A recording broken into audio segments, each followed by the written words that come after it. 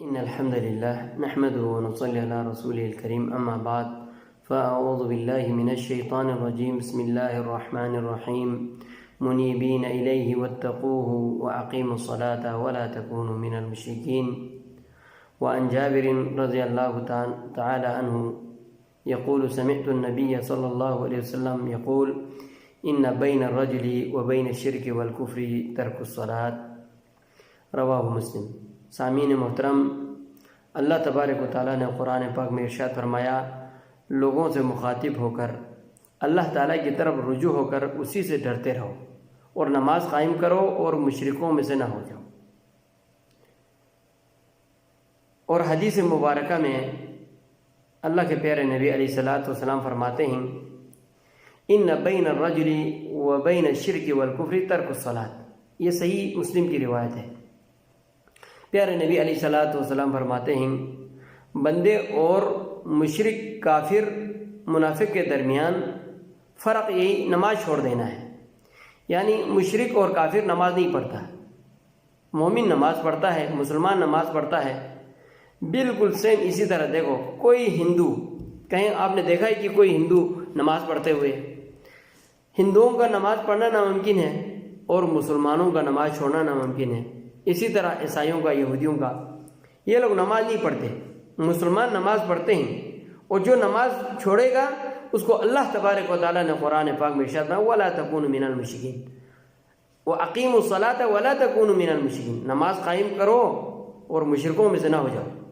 بالکل اسی طرح حدیث مبارکہ میں پیارے نبی علیہ الصلوۃ والسلام نے فرمایا، ان بین الرجل وبین الشرک والکفر ترک الصلاۃ۔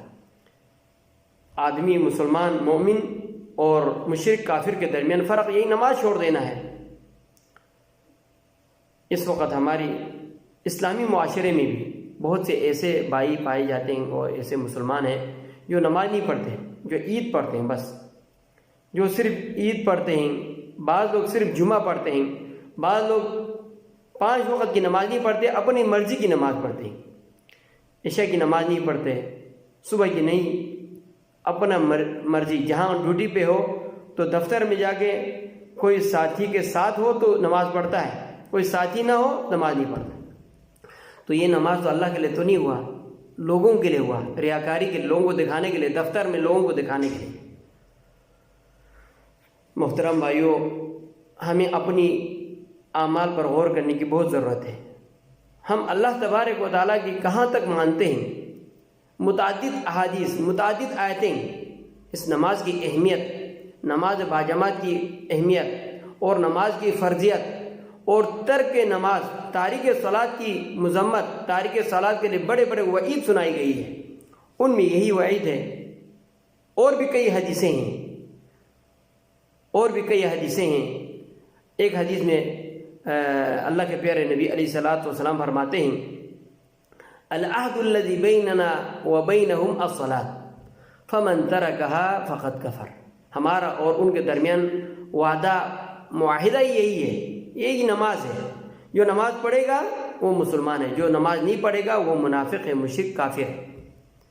ہمارا اور ان لوگوں کا، ان منافقین کا یا ان مشرکین کا وعدہ یہی ہے، فاصل ہی یہی ہے، یہی نماز ہے۔ جو نماز پڑھے گا وہ مسلمان ہے، جو نماز نہیں پڑھے گا وہ مسلمان نہیں ہے۔ اور اگر تابعین کی طرف دیکھ لے تو سنن ترمذی میں ایک روایت ہے، حضرت عبداللہ بن شقیق رضی اللہ رحمہ اللہ فرماتے ہیں، کان اصحاب محمد صلی اللہ علیہ وسلم لا يرون شيئا من الاعمال ترکه کفر غیر الصلاۃ۔ حضرت عبداللہ بن شقیق رحمہ اللہ فرماتے ہیں، میں نے صحابہ کرام میں دیکھا وہ تارک صلاۃ کو، تارک صلاۃ کے علاوہ کوئی بھی واجب فرض چھوڑنے والے کو کافر نہیں سمجھتے تھے۔ یعنی جو نماز چھوڑتا تھا اسی کو کافر شمار کرتے تھے، وہ سمجھتے تھے یہ کافر ہو گیا۔ اور باقی بہت سی واجبات فرائض ہیں، ان کے چھوڑنے والوں کے لیے یہ ان کا عقیدہ نہیں تھا۔ تو صحابہ کرام کا عقیدہ بھی کیا ہے؟ جو نماز چھوڑے گا وہ کافر ہے، وہ مشرک ہے، وہ منافق ہے، وہ مسلمان اور مومن نہیں ہو سکتا۔ اور قیامت کے دن دیکھ لے، اللہ کے پیارے نبی علیہ الصلوۃ والسلام کی ایک حدیث میں ارشاد فرمایا، اللہ کے پیارے نبی علیہ الصلوۃ والسلام نے، ان اول ما يحاسب به العبد يوم القیامة من عمله صلاته فَإِن صَلَحَتْ فَقَدْ أَفْلَحَ وَأَنجَحَ وَإِن فَسَدَتْ فَقَدْ خَابَ وَخَسِرَ۔ پیارے نبی علیہ الصلوۃ والسلام فرماتے ہیں قیامت کے دن سب سے پہلے اعمال میں اس کے نماز کے بارے میں فیصلہ سنایا جائے گا، اس کے اعمال کی وزن کیا جائے گا، اعمال کو تولا جائے گا، ان میں نماز ہے۔ اعمال میں سب سے پہلے وزن کیا جانے والا، دیکھنے والا نماز ہے۔